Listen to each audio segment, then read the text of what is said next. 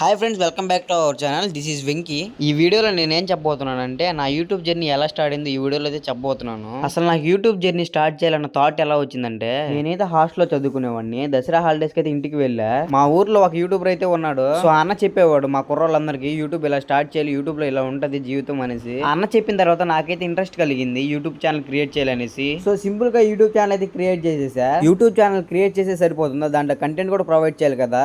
Channel పెట్టిన starting లో నాకైతే ఎలాంటి కంటెంట్ పోస్ట్ చేయాలి తెలియలేదు. సో అలాగా నాకు తెలిసిన సమ్ ఎడిటింగ్స్ అయితే పోస్ట్ చేశాను ఫ్లవర్స్ గురించి. ఆ ఎడిటింగ్స్ వల్ల నాకైతే ఎలాంటి రీచ్ అయితే రాలేదు, ఎలాంటి ఉపయోగం కూడా లేదు.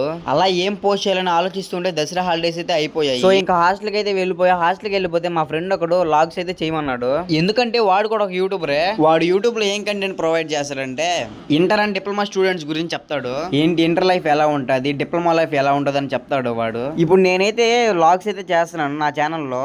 నాకైతే చాలా మంచి రీచ్ వచ్చింది లాగ్స్ నుంచి. నేనైతే మంచి కంటెంట్ పోస్ట్ చేస్తున్నాను అనుకుంటున్నాను. అండ్ అలాగే మా ఫ్రెండ్ గారి ఛానల్ కూడా డిస్క్రిప్షన్ లో ఇస్తాను, వెళ్ళి చూసేయండి. ఇదైతే ప్రమోషన్ అయితే కాదు. అండ్ అలాగే మన వీడియోస్ నచ్చితే లైక్ చేయండి, అండ్ అలాగే సబ్స్క్రైబ్ చేయండి. నాకైతే సపోర్ట్ చేస్తున్నాను అనుకుంటున్నాను.